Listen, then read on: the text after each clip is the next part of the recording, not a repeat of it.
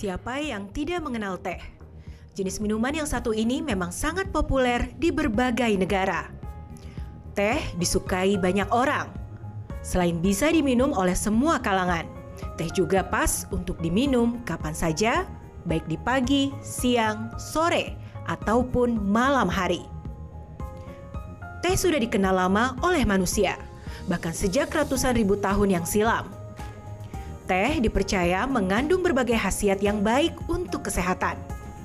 Saat ini, ada dua jenis minuman teh yang paling populer di dunia, yaitu teh hitam dan teh hijau. Proses pembuatan keduanya tidak sama. Walhasil, cita rasa, aroma, hingga kandungan yang terdapat dalam kedua jenis teh ini pun berbeda. Teh hijau itu namanya ocha, kalau teh hitam atau coklat itu namanya kocha. Kalau teh hijau itu biasanya prosesnya dia langsung dari daun teh, langsung dikeringin tanpa ada proses kayak semacam pembakaran gitu. Jadi dia fresh dari daun tehnya. Tapi kalau yang kocha itu biasanya kita ada semacam proses pembakaran dan itu aromanya akan jadi beda aja, lagi sepet-sepet dikit lah gitu. Perbedaannya dari warnanya pertama, kalau misalnya untuk teh hijau itu kan diseduh, diseduhnya warnanya agak kekuningan. Kalau misalnya untuk black tea saat diseduh warnanya agak coklat kemerahan. Untuk rasanya green tea lebih gurih, kalau black tea biasanya lebih manis. Sama aja sih sebenarnya, cuman khasiatnya doang yang beda. Untuk bagus sih dua-duanya bagus. Kalau teh hijau ya tadi itu antioksidan, terus buat pencernaan juga lebih bagus. Kalau teh coklat, teh hitam, mungkin dia ada kafeinnya juga, jadi kayak buat pengganti kopi aja.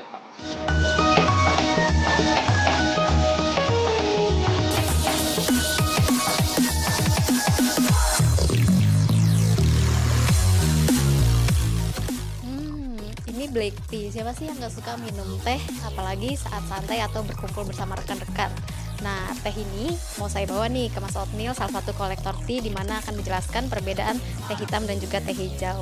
Siang, Mas. Siang. Mas, ini boleh jelaskan nggak ini teh apa? Boleh. Ini adalah black tea. Ini black tea ini datangnya dari Nepal, dari distrik namanya Ilam District. Nah, ini warnanya cantik banget, ada emas-emasannya. Nah, ini grade-nya itu dia pakai adalah Peko atau Paihao. Jadi dia ada bulu-bulunya, warnanya golden-golden, ini bagus sekali. Kalau yang green tea-nya? Green tea-nya yang ini adalah sencha. Nah, biasa sencha itu produksinya kebanyakan pakai mesin. Nah, petikannya pun nggak pakai tangan. Berarti kita coba pertama green tea dulu ya. Iya, green tea. Kalau green tea perbedaannya dengan black tea itu manfaatnya apa sih, Mas? Sebenarnya green tea itu lebih bagus sekali untuk kita merawat kecantikan tubuh. Black tea itu paling bagus sebenarnya untuk kita punya kesehatan perut gitu ya. Karena dibanding sama green tea, black tea itu jauh tidak seasam green tea. Selain warna tadi, terus proses pengolahannya seperti apa sih? Perbedaan dari teh hijau dan juga teh hitam ini? Oke, perbedaan dari teh hijau dan teh hitam itu sebenarnya dari proses teh hijau kita nggak oksidasi, gitu. Sedangkan teh hitam itu dioksidasi. Pada green tea pada saat kita produksi itu kita jaga kesegarannya.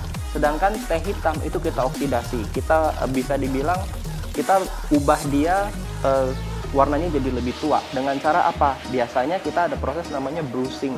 Jadi sama proses crushing. Seperti yang tadi saya udah bilang, kalau misalnya green tea dia lebih ke gurih, sedangkan kalau ini dia wanginya akan lebih manis. Nah, untuk black tea sendiri itu kandungan nutrisi sama green tea itu lain. Lainnya apa? Lain. Kalau kita ngomong asam amino, green tea itu asam amino generally punya tingkatan lebih tinggi dibanding black tea. Karena proses green tea itu kan kita keep kesegarannya, sehingga asam aminonya itu terjaga di dalam si green tea. Sedangkan untuk black tea itu kita banyak proses. Perubahan ini itu adalah bagus juga untuk antioksidan. Jadi antioksidannya itu di black tea itu lain dengan antioksidan yang ada di green tea. Seperti itu. Ya, pemirsa, itu tadi cara pengolahan dan juga perbedaan dari teh hitam dan juga teh hijau. Anda ingin mencobanya? Langsung saja. Menudo Morado, incredible. Baik teh hijau dan teh hitam sebenarnya berasal dari tanaman yang sama, yakni Camellia sinensis. Perbedaannya hanya terletak pada proses pengolahannya. Namun, di balik perbedaan teh hijau dan teh hitam, keduanya tetap memiliki manfaat yang khas. Maka dari itu, ada baiknya Anda simak dulu penjelasan dokter di Ayo Hidup Sehat sebelum memutuskan teh mana yang akan menemani Anda siang ini, teh hijau atau teh hitam. Hai pemirsa Ayo Hidup Sehat, Dita Farhana suka teh hijau, mitos atau fakta? Oh belum. Itu fakta. Fakta akhirnya. Memang sih kalau lihat dari penampakannya ya, teh hijau ini lebih kayak teh sih. Iya, Ini kayak ini serundeng menurutku Iya nih. bener, iya kayak bumbu-bumbu yang di serundeng yang ditaburin di makanan itu. Di ayam, nasi uduk, nah ini taburannya gini. Iya, betul. Tapi bukan, ini adalah teh. Tapi aku sebenarnya penasaran sih, sebenarnya itu teh hijau itu katanya baik nggak sih buat tubuh kita? Tapi kata orang tuh katanya bisa ngurusin badan lah, terus buat diet lah, tuh banyak banget macam khasiatnya, itu bener nggak sih dok? Iya, memang katanya ada awet mudanya karena bisa punya antioksidan. Nah, sebelum kita ngobrol ngalor ngidul, kita sudah undang bersama dengan kita Dr. Ida Gunawan, spesialis gizi klinik. Halo dokter, selamat siang. Halo, aduh, Dokter Ida, kayaknya mukanya awet muda terus. Jangan-jangan nih, jangan-jangan ini konsumsi teh hijau terus nih mungkin. Itu sebenarnya kalau bener nggak sih katanya kalau teh hijau ini tuh bikin awet muda nih dokter, itu fakta atau mitos? Ini adalah fakta. Oh, fakta beneran? Betul, lah kok bisa? Kenapa? Ya, karena kandungan antioksidannya cukup tinggi. Oh. Ya, meskipun penelitian khusus untuk mereka yang minum teh, lalu kita bandingkan melihat usianya, melihat mukanya, kekenyalan dan sebagainya, memang belum ada. Tapi secara fungsi dari antioksidannya memang dia bisa ikut menurunkan radikal bebas yang banyak merusak muka kita sehingga menjadi lebih cepat tua. Oh, tapi diminum kan dokter, bukan dibuat masker kan? Ya, bukan masker, jangan Tapi dipoles-poles. makanya banyak orang Jepang-Jepang tuh pada suka minum teh hijau ya. Karena muka kulit mereka tuh kayak glowing-glowing gimana gitu. Tapi sayang kalau dimaskerin ya, mendingan dia ambil buat diminum aja. Diminum aja ya. Nah dokter, ini katanya ada fakta mitos yang beredar nih dokter ya. Katanya teh hitam ini itu harus melalui proses fermentasi dan pengering, sedangkan teh hijau ini tidak. Ya, ini adalah fakta. Oh. Ya, jadi gini, kalau kita bicara mengenai teh hijau maupun teh hitam, kok bisa ada dua macam? Sebetulnya ada lagi teh putih, teh olong, ya kita suka dengar macam-macam olong. lebih banyak ya? Macam-macam. Yang teh hijau itu lebih banyak dikonsumsi oleh mereka yang ada di benua Asia. Ya, makanya tadi ngomong orang Jepang, orang Cina, itu mereka orang Korea, minumnya dokter. Orang Asia itu cenderung minumnya teh hijau. Tapi kalau black tea atau teh hitam ini konsumsi untuk mereka yang ada di Caucasian, Eropa. Eropa. Oh, kenapa Ya, dokter? Karena iklimnya itu yang membuat mereka tumbuhnya itu berbeda. Dan proses serta kebiasaan orang makan. Jadi kalau teh hitam ini kan tadi sudah dikatakan bahwa dia butuh proses pengeringan dan fermentasi. Iya. Sehingga rasanya menjadi lebih kuat. Pernah coba konsumsi teh hitam? Ya, agak lebih rasa itu lebih pekat dan agak-agak pahit Agak ya. asam dan pahit sedikit ya. Kemudian rasanya jauh lebih kuat dibandingkan teh hijau. Iya, betul. Ya, karena dia lebih terkonsentrat. Nah, buat mereka yang di Eropa rasa seperti ini yang lebih digemari. Oh, beda taste ya. Ya, berarti beda ya. taste. Jadi Beda flavor. taste ya. Beda selera aja, lidahnya. beda selera. Ya. Nah berikutnya nih ada mitos fakta yang lain mengenai teh ini. Wah terkenal banget emang teh hitam ini cocok diminum di pagi hari. Sedangkan teh hijau lebih tepat diminum di malam hari. Mitos atau fakta? Ini adalah fakta. Oh. Nah, kok bisa lagi? Pasti bingung kan? Iya. Ya, karena dengan proses tadi, teh hitam itu ingat prosesnya adalah pengeringan dan fermentasi. Sehingga dia menjadi lebih terkonsentrat. Artinya lebih terkonsentrat itu lebih banyak kadarnya, Lebih banyak. lebih pekat. Oh, lebih pekat ya. Dibandingkan yang hijau tadi ya. Akibatnya apa? Termasuk semua kadar-kadar yang ada di dalam itu. Salah satunya adalah kafein. Kafein dalam teh hitam itu jauh lebih tinggi kadarnya dibanding dalam teh hijau. Teh hijau itu proses pembuatannya adalah daun-daun teh itu dipetik, kemudian dikeringkan hanya sebentar saja, kemudian langsung diolah. Nah itu beda, nggak difermentasi. Kalau teh hitam itu difermentasi lagi. Udah dikeringkan terus difermentasi. Makanya dengan proses fermentasi itu banyak sekali terjadi perubahan kimia. Salah satunya terhadap antioksidannya. Ya, jadi ini juga akan mempengaruhi sifat-sifatnya si teh hitam tadi. Nah, ini menarik banget nih. Terkait ngomong soal kafein, ini kan ada temannya kopi juga. Nah, apakah sama nih efeknya atau rasanya? Dan bagaimana mengenai benefit kesehatan dari teh hijau ini? Kita bahas saat lagi, tetap dalam acara Ayo Hidup Sehat.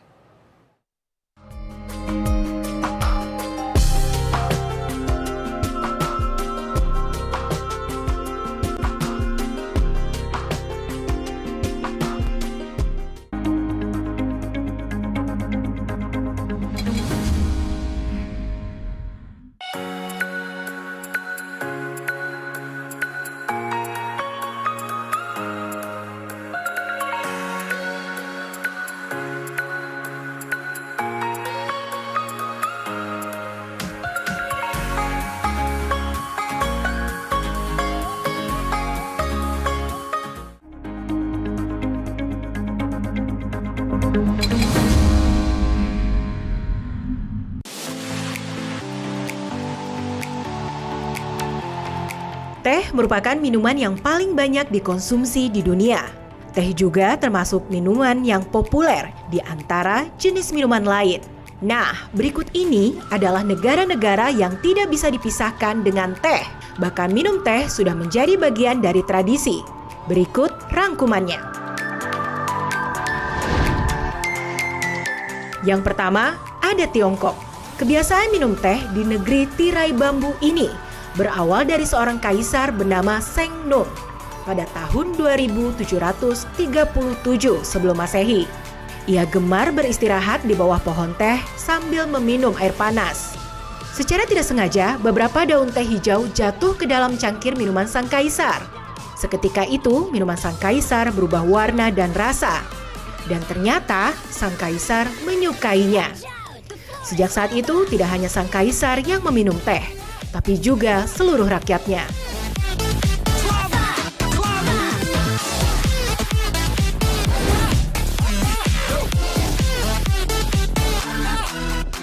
Selanjutnya, ada salah satu kerajaan di Eropa, yakni Inggris.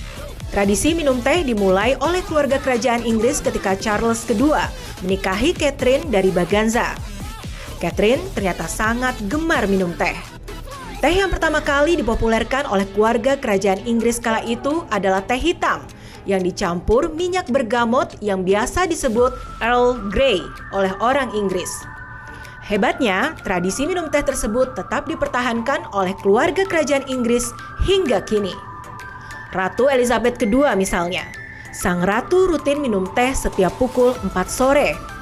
Sebuah kebiasaan yang akhirnya banyak ditiru oleh rakyat Inggris dimanapun mereka berada.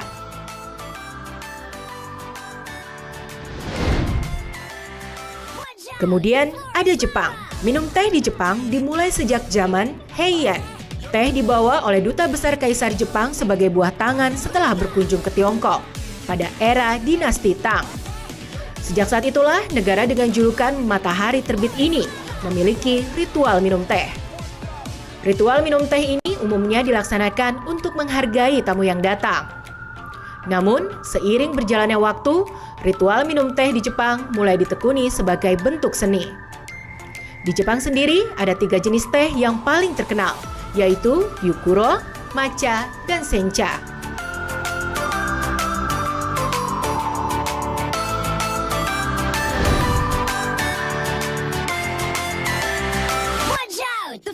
Terakhir adalah Indonesia. Negara kita juga memiliki cara unik untuk menikmati teh. Di Tegal, Jawa Tengah, orang biasa meminum teh yang diseduh dalam poci tanah liat, sehingga teh mengental dan berubah warna menjadi gelap. Nasgitel adalah nama yang diberikan masyarakat Tegal untuk teh khas tersebut, yang merupakan singkatan dari panas, legi, dan kental. Lain halnya di Padang, Sumatera Barat. Di sana ada teh talua. Untuk menikmatinya, teh dicampurkan dengan kuning telur yang kemudian diaduk hingga mengembang dan berbusa. Racikan dari teh talua ini terasa manis dengan aroma telur yang khas. Nasgitel dan teh talua adalah 2 di antara 29 jenis teh tradisional yang tersebar di seluruh Nusantara.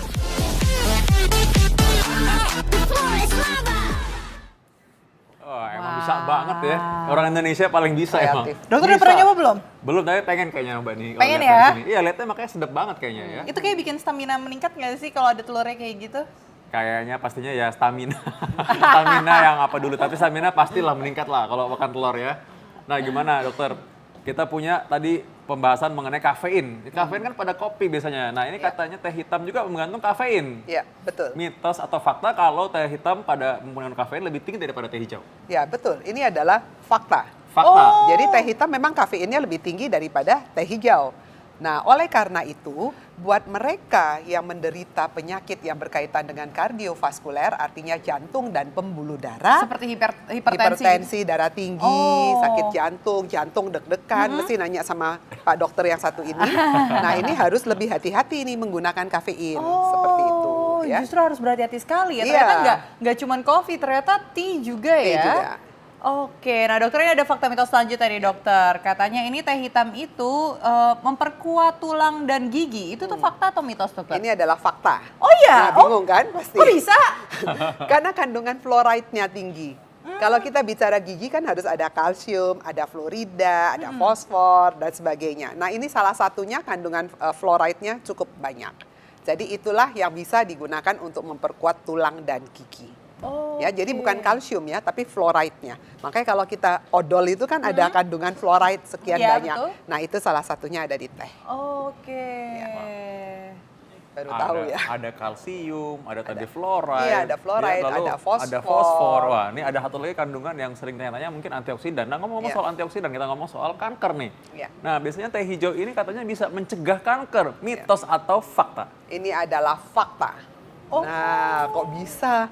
Ternyata kandungan antioksidan yang ada di dalam teh hijau itu lebih tinggi daripada teh hitam. Tadi kan kita mendengar bahwa teh hitam ini lebih konsentrate, Ya. tapi ternyata untuk antioksidan dia lebih rendah.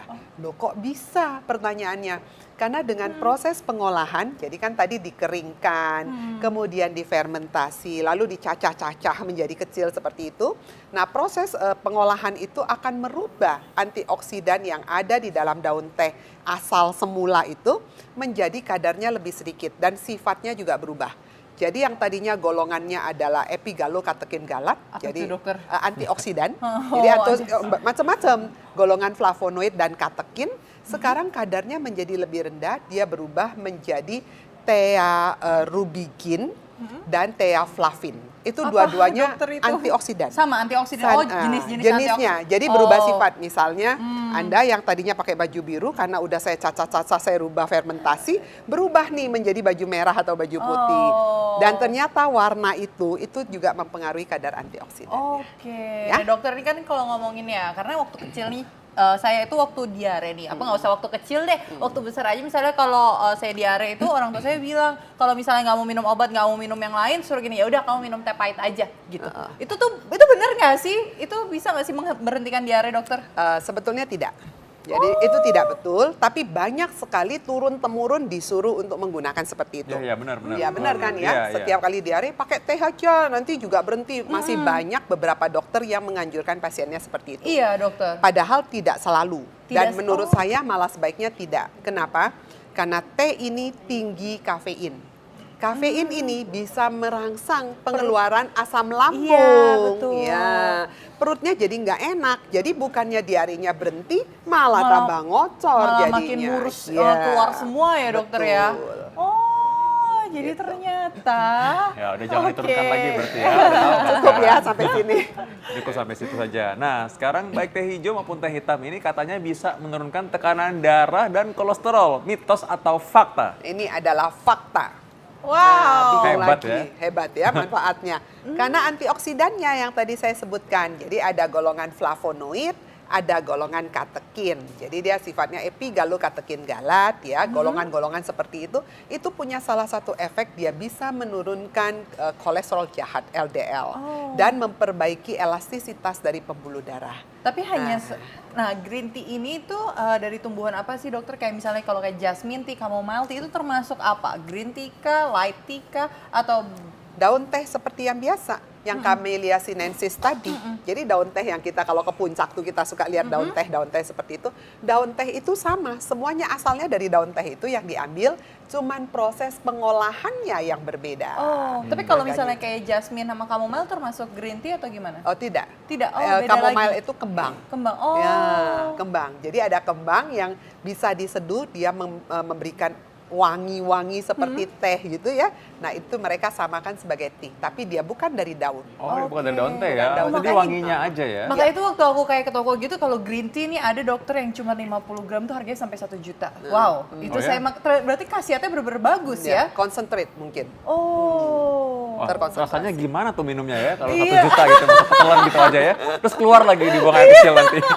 Sayang banget rasanya. Nah, berikutnya nih mengenai teh bagi masing-masing. Ini katanya teh hijau bisa memperbaiki kerusakan sel otak karena bertambahnya adanya pertambahan alert ya. Mumur, mitos atau fakta? Ini adalah mitos. Oh. Ya. Kalau pertambahan usia makin lama katanya dulu orang bilang minum teh aja katanya supaya kalau makin bertambah usia karena faktor usia tetap aja bisa Tetap bagus bisa, ya. ya. Jadi ini enggak ya. Banyak sekali beredar di masyarakat hal-hal Ya. seperti itu. Jadi memang harus diberitahukan juga. Oke, nah dokter nih terakhir nih dokter ya, katanya fakta mitosnya nih, katanya itu aroma dan rasa teh hitam tuh jauh lebih terasa daripada teh hijau. Itu tuh fakta atau mitos dokter? Fakta, ya. Jadi teh hitam ini tadi dengan proses pengolahan itu ya, kenapa kok warnanya bisa jadi hitam? Padahal asalnya kan sama-sama hijau. Karena perubahan dari flavonoidnya ada sebagian menjadi tanin. Tanin itulah memberikan warna hitam. Otomatis rasanya juga semua berubah. Ya, jadi baunya termasuk rasanya biasa lebih asam, lebih pahit sedikit dibandingkan dengan teh hijau yang lebih light rasanya. Oke. Baik dok, mungkin tipsnya dok bagi orang penikmat teh, bagaimana nih? Mending teh hijau atau teh hitam ceritanya?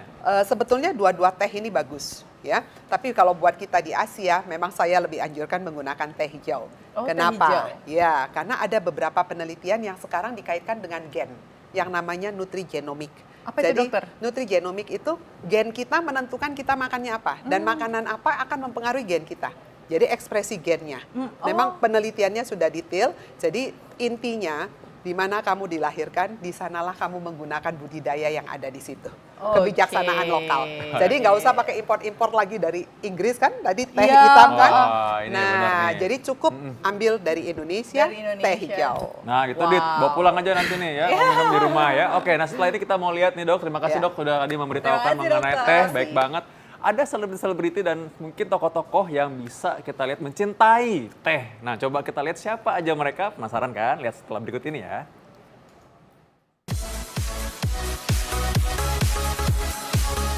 Pemirsa, teh adalah minuman kedua yang paling banyak dikonsumsi di dunia setelah air putih.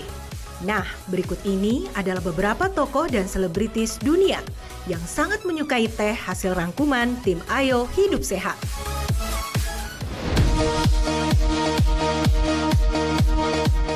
Tokoh pertama adalah Ratu Monarki Kerajaan Inggris yang menguasai 16 negara berdaulat atau Britania Raya, yaitu Elizabeth Alexandra Mary atau Ratu Elizabeth II. Di usia 92 tahun, sang ratu tampak masih segar dan bugar. Rahasianya adalah karena sang ratu gemar mengkonsumsi makanan dan minuman yang sehat. Salah satunya adalah teh. Setiap bangun pagi, Ratu Elizabeth selalu menyempatkan diri untuk minum teh dengan kualitas tinggi, seperti Earl Grey dan Darjeeling yang dikombinasikan dengan campuran susu tanpa gula. Di sore hari pun, sang ratu tidak pernah ketinggalan minum teh. Uniknya, dengan waktu yang sama selama bertahun-tahun, yaitu setiap pukul 4 sore.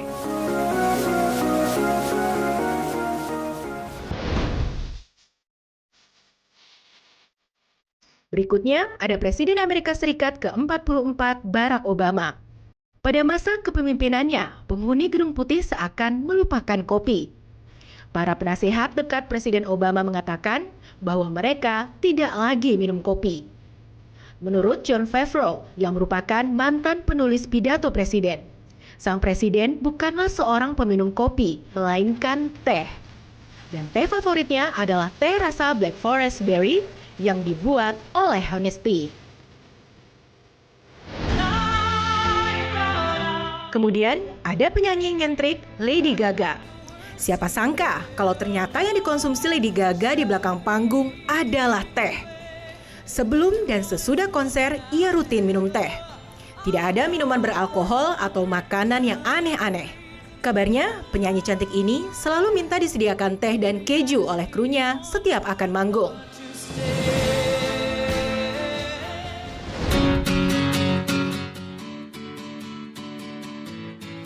Terakhir, ada selebriti olahraga dunia, David Beckham. Mantan pemain sepak bola asal Inggris yang tercatat pernah membela Manchester United dan Real Madrid ini ternyata sangat menggilai teh.